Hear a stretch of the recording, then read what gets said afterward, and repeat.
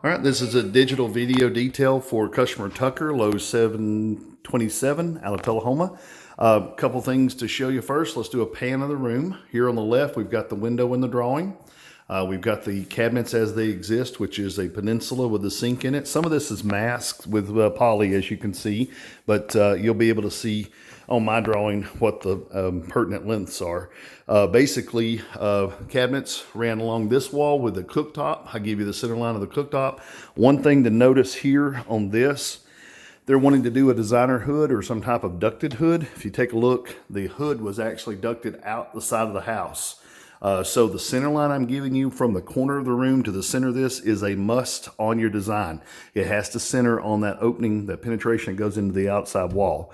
That being said, take a look here to the right of the cooktop, countertop cabinets, double oven. That's where the electrical center line would be at. If you take and add the pieces up and take half of 32.5, that's where the center line of the existing oven is. Now, I don't know where the wire is behind it, but you can safely assume you can move 3 or 4 inches left or right without any problems. The length of the cabinets are actually another thing. You've got a 17-inch cabinet here to the right of the oven, a little catch-all there as you come in the door, but then we have these switches. So I've given you a marginal amount on that you must stay inside of. I think it was 9 inches from the side of this cabinet to this molding. You can see we have switches up high, we have switches down low. All of that space needs to be part of your design. You cannot come inside that margin on that length. You can move the oven around, but we can't change that length to the margin on those switches. Now take a look up above on the same wall. We've got a crown molding. Bottom of that crown molding from the floor is 104 inches. Ceiling height is right at 108 inches. We talked to the customer about 42-inch upper cabinet being a top measurement of 8 foot, 96 inches. Totally good with that. But if you take a look, there is an outlet. See it up there above that one. That'll just end up coming inside the cabinet, or if they want to move that outlet up to the top of the cabinets, they can utilize that for some lighting up on the top of the cabinets maybe. But one way or the other, that outlet needs to be discussed about what we're going to do with it. It looks like it's actually taken off of this outlet right here below and just run through the wall up above, maybe for some Christmas lights or something at one time. But that's the only outlet I see up on top. I don't see any others. You'll notice on your drawing paperwork that you have a center line for where that's at. Now, the margin I've given you here is like 30.25 inches on the design from the edge of this window trim to the back of that panel. That being said, the customer is for sure wanting to move this over about 18 inches, they said, from the point of where it is now. That being said, the plumbing, of course, is all going to have to be moved. Now, talking to the customer downstairs in the basement, they have a hanging ceiling tile, so there's full access to all the plumbing. Movement of all that plumbing and all those fixtures would be as the customer is needed, not something Lowe's does. We don't have any part in moving those. So make sure your customer has complete detail floor elevations, wall elevations, and center line measurements to where the sink's going to be from the oven wall as well as from the window wall, so that your plumber and everybody can get together on where that plumbing has to come up out of the floor. We don't want to have to rework plumbing after the cabinets go in. We want to make sure we get that right up front. Now, pan over here. I've also got a back door that goes into the garage and a hallway. Take there, got a hallway. So there's no connecting walls in this design from the refrigerator wall over to the cooktop wall. So I've given you a measurement of 163 inches from that wall to this wall here to the left, that wall there. It's 163 inches in this room from that wall to that wall over there. So make sure when you're laying in your computer, laying your walls out, that you give it that exact measurement so that when you put your island in the middle here, you'll have a good idea of your walk around space.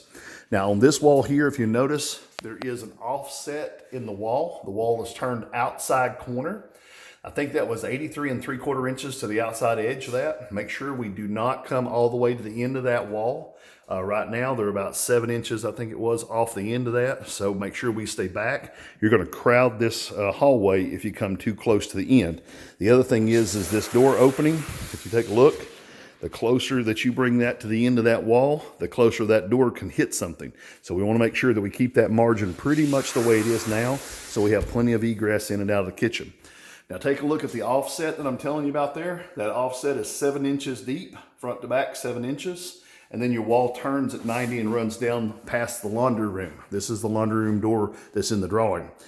Now let's talk about the refrigerator. Refrigerator is exactly 72 inches tall. It is a KitchenAid. It is 72 inches tall to the hinge caps. Okay, so make sure that this design that you have a 75-inch opening with a 3-inch filler below it that we can use to adjust the height. That way we don't have any problems with the fridge fitting. Our normal heights that we would work in would be 72 inches, but in this case, we need to make sure we have a 75 opening. Minimum width opening is going to have to be 38 because this is, again, a 36-inch refrigerator full width. It's a little shallow in depth. It's only 30 inches front to back deep. So make sure that you adjust your appliance in your design to match that, make that work inside your design. Now, one more thing to talk about on double ovens, for sure. See the spacing below where they have the one drawer. Well, do you see that little discoloration in the face frame? They've already had to change this oven out once from another size, which was obviously taller, to what this one is. Make sure that you double check your appliance details against the size of the cabinet to see whether or not that could be a deep drawer or a standard drawer on the bottom.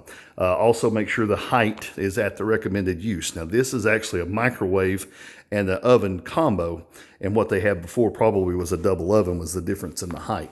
On the original one here, this is a gas cooktop. It's a 36-inch gas cooktop. Again, double check the spec for your customer on what that cooktop is going to need. Make sure you're 3 inches larger on your base below.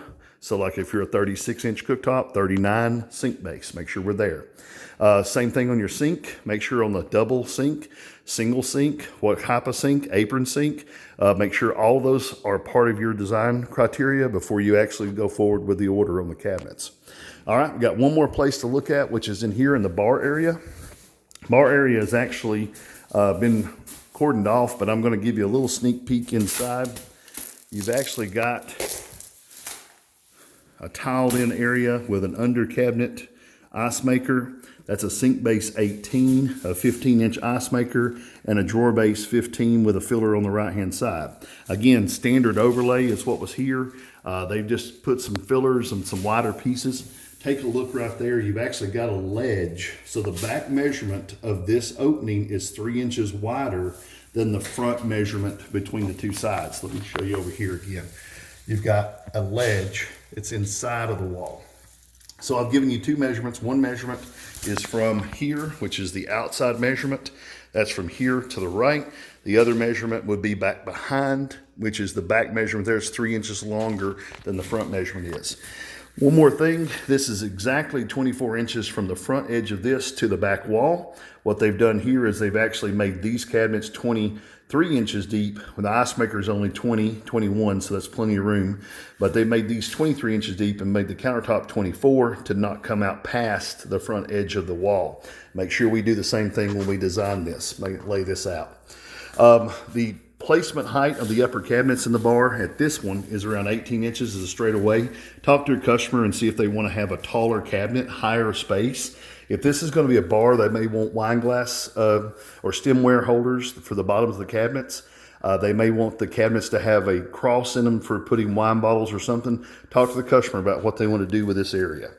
Okay, if you have any other questions about this kitchen, feel free to give me a call at 423-650-1051. Have a good day.